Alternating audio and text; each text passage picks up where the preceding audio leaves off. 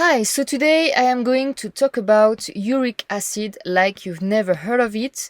Everything that I'm going to tell you does not come from my delirious imagination, but from scientific studies, of which I will put the links in the description box below the video. It is by reading the scientific studies online that it is clear how much the mainstream media lie to us about health and how much most doctors are ignorant and spread false information. So we have all heard of uric acid as something negative which causes inflammation and in particular the very painful symptoms of gout. Uric acid is the byproduct of purine metabolism. Purines are present in large quantities in animal products and are used as a pretext for the demonization of animal products by vegans. Animal products are rich in purines, which supposedly creates uric acid in the body, which supposedly causes gout. Indeed, there are a lot of purines in animal products, but there are also many plant products consumed in large quantities by our vegan friends that are rich in purines. Brewer's yeasts, tea, cacao, mushrooms contain much more purines than the richest animal products in purines such as sweetbreads, liver, or anchovies. But anyway, we will see in this video that the amount of purines in the diet does not play a significant role in the amount of uric acid in the blood, and that uric acid is in fact not harmful, but on the contrary, it is beneficial. Today, I'll give you good news that you won't see in the tabloids or in vegan literature, but that you will find in many published scientific studies. Uric acid is a powerful antioxidant with countless health benefits. This is what we will talk about in this video. Animals that cannot synthesize vitamin C, like humans, have a naturally higher level of uric acid. In many studies, it is found that uric acid is a powerful antioxidant, as effective as vitamin C. Uric acid accounts for more than half of the free radical scavenging activity in human blood, and its plasma level is much higher than ascorbic acid levels, making it one of the most important antioxidants in our body. Urate, that is the monoanion of uric acid, chelates iron, which is an oxidant to ascorbic acid. Therefore, urate protects ascorbic acid from oxidation, which means that uric acid is an antioxidant of another antioxidant. And it works actually both ways because uric acid and ascorbic acid act as antioxidants for each other. Two facts suggest that evolution and physiology do not view uric acid as waste, but instead as something beneficial to our body. 1. Humans have lost the enzyme uricase, that is the enzyme that breaks down uric acid, due to mutations, resulting in humans having higher levels of uric acid than other mammals. If these mutations were an evolutionary handicap, it would not have persisted in our species. And 2, 90% of the uric acid filtered by our kidneys is reabsorbed instead of being excreted. That is proof that uric acid is considered beneficial and not waste by our body. Since uric acid is a powerful antioxidant, the evolutionary benefit would be a longer lifespan. Uric acid is neuroprotective because of its antioxidant function. It protects against several neurodegenerative diseases. This is why our brain makes uric acid. According to several studies, uric acid helps in the prevention of Alzheimer's and Parkinson's diseases. Epidemiological studies focusing on Parkinson's disease have observed lower incidence and better prognosis with higher serum uric acid. This is the main function of uric acid. It protects the cardiovascular system from damage caused by free radicals. Studies tell us that a major site of urate production is the microvascular endothelium, that is the inner lining of our blood vessels. Urate preserves the ability of the endothelium to mediate vascular dilatation in the face of oxidative stress. Uric acid is therefore found in large quantities when the cardiovascular system suffers. This is why 75% of patients with heart disease have elevation in uric acid. But it is not the uric acid that causes heart disease. On the contrary, the level of uric acid in the blood increases to protect the blood vessels from damage. In one experiment, guinea pigs' hearts did a better job and showed greater functional stability when nutrient infusions were supplemented with uric acid. In one study, uric acid injection restored endothelial function in patients with type 1 diabetes and regular smokers. In another study of patients with type 2 diabetes, scientists found that high levels of uric acid in the blood were correlated with endothelial dysfunction, suggesting that the cause of endothelial dysfunction was uric acid.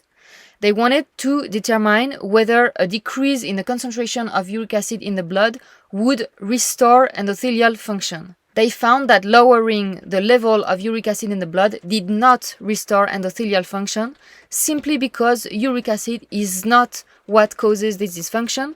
On the contrary, uric acid in the blood increases to protect damaged endothelium. According to some authors, the loss of uricase, that is the enzyme degrading uric acid, and the increase in uric acid in the serum could be a mechanism to maintain blood pressure in times of very low salt intake. Indeed, several studies show that blood sodium and uric acid levels are inversely correlated. The higher the sodium level in the blood, the lower the uric acid level. A diet low in sodium raises uric acid, while a diet high in sodium lowers uric acid. Uric acid is therefore a lifesaver in the event of a significant drop of sodium in the blood. Purines are vital because they provide part of the chemical structure of our DNA and RNA and are found in important biomolecules such as ATP. In the body, purines are synthesized during the methylation of folate and methionine.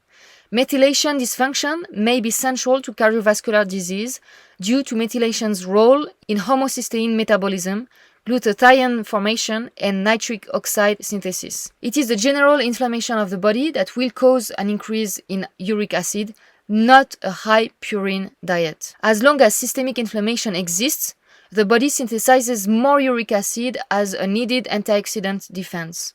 This is why a lot of fructose and alcohol in the diet cause an increase in uric acid. It's because they cause significant inflammation in the cardiovascular system. In a Weston A. Price Foundation article, Dr. Cowan shares his observations on gout. Microscopic examination of synovial fluid from patients with gout shows an accumulation of sharp crystals of uric acid causing the pain. In allopathic medicine, patients with gout are treated with a diet low in purines and therefore low in protein, but also low in fat, and they are treated with drugs that lower uric acid in the blood and stimulate the elimination of uric acid by the kidneys. But gout patients are usually overweight, and a high protein, low carb diet is usually not linked to being overweight. Elevated uric acid levels have been found to occur in patients with insulin resistance, that is, patients whose diet consists of excessive consumption of refined carbohydrates and refined sugar, foods that once were in abundance on the table of the wealthy, and gout is said to have historically been a disease of the rich, affecting only the wealthy who ate a lot of foods that were rarely found on the table of the poor, such as refined sugar in large quantity. Dr. Cowan suggests that gout results from a diet that is too high in refined carbohydrates and that is unbalanced in its protein, fat, and gelatin ratio. Traditional people who were not affected by gout valued animal fat and gelatin-rich dishes such as bone broth, whereas nowadays most people eat muscle meat while avoiding animal fat and leaving out the cartilaginous part of the animal. Dr. Cowan never found that a low purine diet reduced uric acid levels or gout attacks, and instead it was the elimination of fructose and sugar that reduced uric acid and symptoms of gout. He also suggests that gout is more a problem of kidney elimination than an excess of proteins in the diet. He also points out that it is now established by the medical community that gout attacks usually occur during sudden diet changes, even when the change is to a better diet or even to a low protein diet. So remember, changing your diet drastically and suddenly is not a good idea. In a study that appears to confirm the importance of gelatin consumption mentioned by Dr. Cowan, scientists write, "Interestingly, uric acid crystals can persist in the joint fluid between attacks, suggesting that the inflammatory potential of uric acid crystals may be modulated by synovial fluid elements, which means that in gout symptoms, cartilage quality ultimately has more of an impact than uric acid crystals. Regular consumption of gelatin ensures good health of the cartilage in your joints." In the same study, scientists note that a decrease in temperature hinders the dissolution of uric acid crystals, while inflammation, increasing the temperature in the affected area, ensures the dissolution of crystals. Therefore, you should not put ice on the joints affected by gout, but on the contrary, you should warm up the area in order to promote the dissolution of the crystals. The same study found that urate can precipitate with calcium and therefore form calcium urate crystals in an acidic environment that is due to acidosis, and acidosis being due to excessive physical exercise increasing the amount of lactic acid, to a problem of renal excretion, to respiratory failure, or to alcohol consumption. They also observed that mechanical shocks promote the formation of crystals, explaining why crystals form especially in the joints which are subject to frequent shocks. In the same study, they find that cholesterol in the joints affected by crystals prevents inflammation.